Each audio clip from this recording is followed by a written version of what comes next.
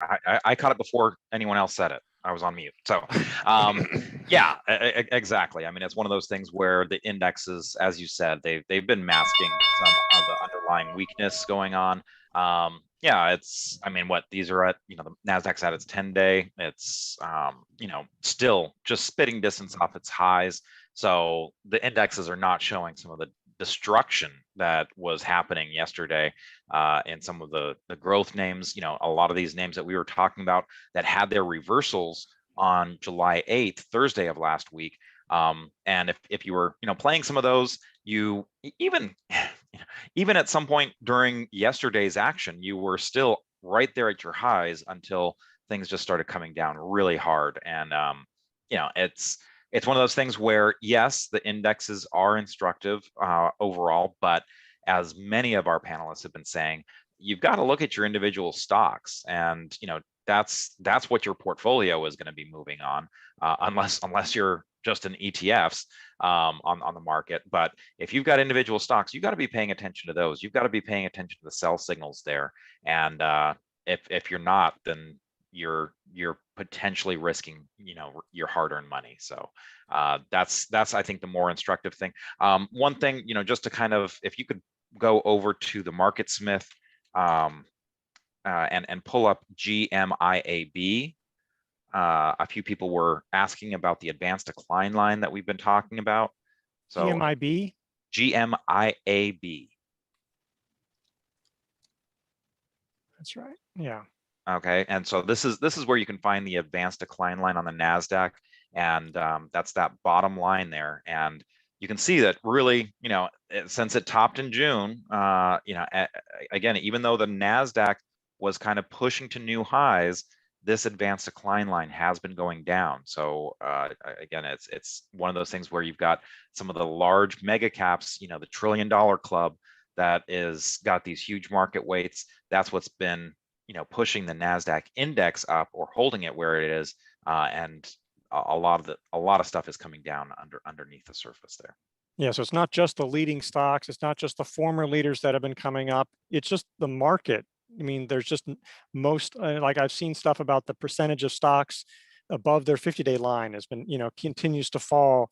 Right. So that's not a great sign. So I mean, yesterday there were more new lows than new highs, so that's starting to shift. Which with the market at highs. I mean, it's not like the market was, when the market didn't really move much, and the indexes are basically at all-time highs, and to have more new lows than highs is just incredible. I mean, you would almost say it's almost impossible in that situation to have the Nasdaq down 0.2% and right at highs and have that. But so before we were talking about the bifurcation in sectors. Now there's a bifurcation, kind of between the mega caps and everything else to a certain degree. That's right. It's the 0.01% that are doing well. Harold, how are you handling this? Because obviously, and it's like, are you seeing, some of your stocks come under pressure, and what are you doing with that right now? Yeah, I have seen some of my stocks come under pressure. I've also seen stocks where breakouts aren't working. DocuSign comes to mind.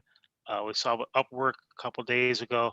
So that in combination with the things that Justin mentioned, I think the markets are kind of extended. We've had a pretty good run since the middle of May, so it's not surprising that we're pausing a little bit, especially now that we're in the summertime, where it tends to be, we get the summer doldrums and things just don't move as quickly as they normally do. So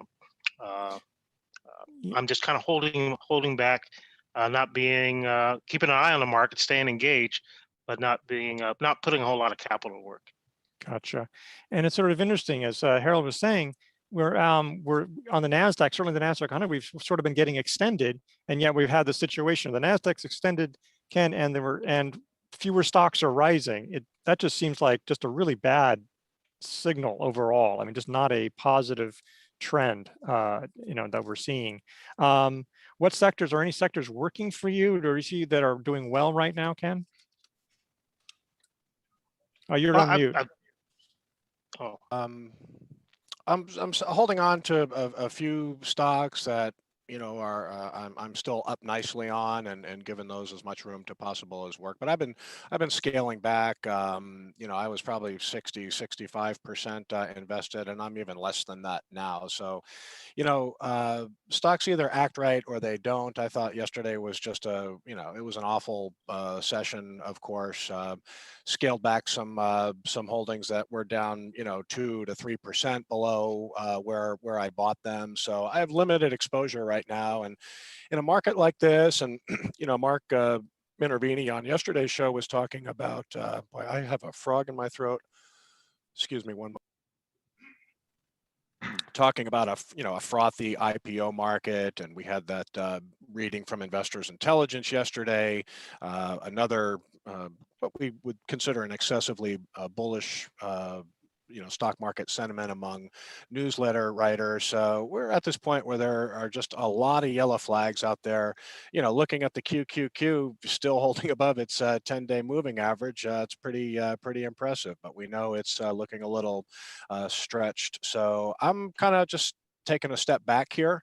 I'm going to be disciplined and just kind of see how things play out here. But I've lowered exposure. I feel good about that, and just holding on to a small number of stocks that I still have good percentage gains on that are not flashing decisive sell signals yet. Gotcha. I want to go to Match.com, and then I'm going to go through a bunch of stocks that are some stocks that are struggling a little bit over the last few days. So Harold, I've got the daily chart of Match.com, MTCH. What do you like about this stock? Yeah, well, go to the weekly chart. And there's a couple things on the weekly chart. I kind of saw a double bottom in there.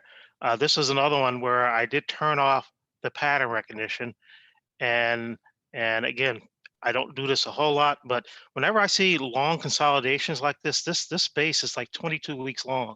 So whenever I see something like that, I'll turn it off. And I saw a double bottom, so I got in right at that peak right there initially, and so now Match.com, it's forming that 3 weeks tight pattern, right in that. So there's some nice tightness in the base right there. So where you have your trend line drawn. So 3 weeks tight. I've mentioned it before. One of my favorite patterns is something that I'm looking for further move to the upside. What we've seen a lot in this market too, stocks getting up to the traditional buy point and kind of pulling back. So if the stock does break out of that 3 weeks tight pattern and makes a move up towards the traditional pivot, I'm going to be, I'm going to have my finger on the sell button, just maybe take a little bit off the table, because some of these stocks have just stalled out at that area, as I mentioned a moment ago.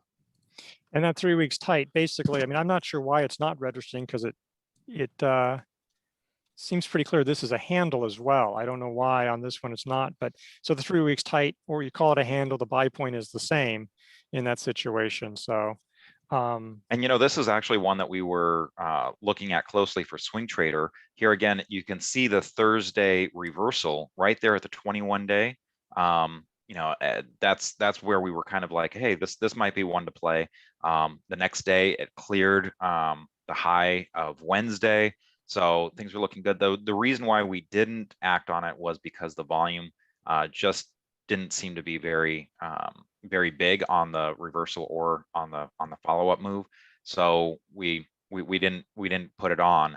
But again, if you're viewing this as a handle or 3 weeks tight, what have you, as you showed on the weekly, that volume dry up is actually kind of a nice thing. I think, yeah, it's something that we're still watching, and if it clears that area, we may be getting involved. But again, we'll see what happens with the general market as well. Yeah, definitely not looking like a particularly good day so far.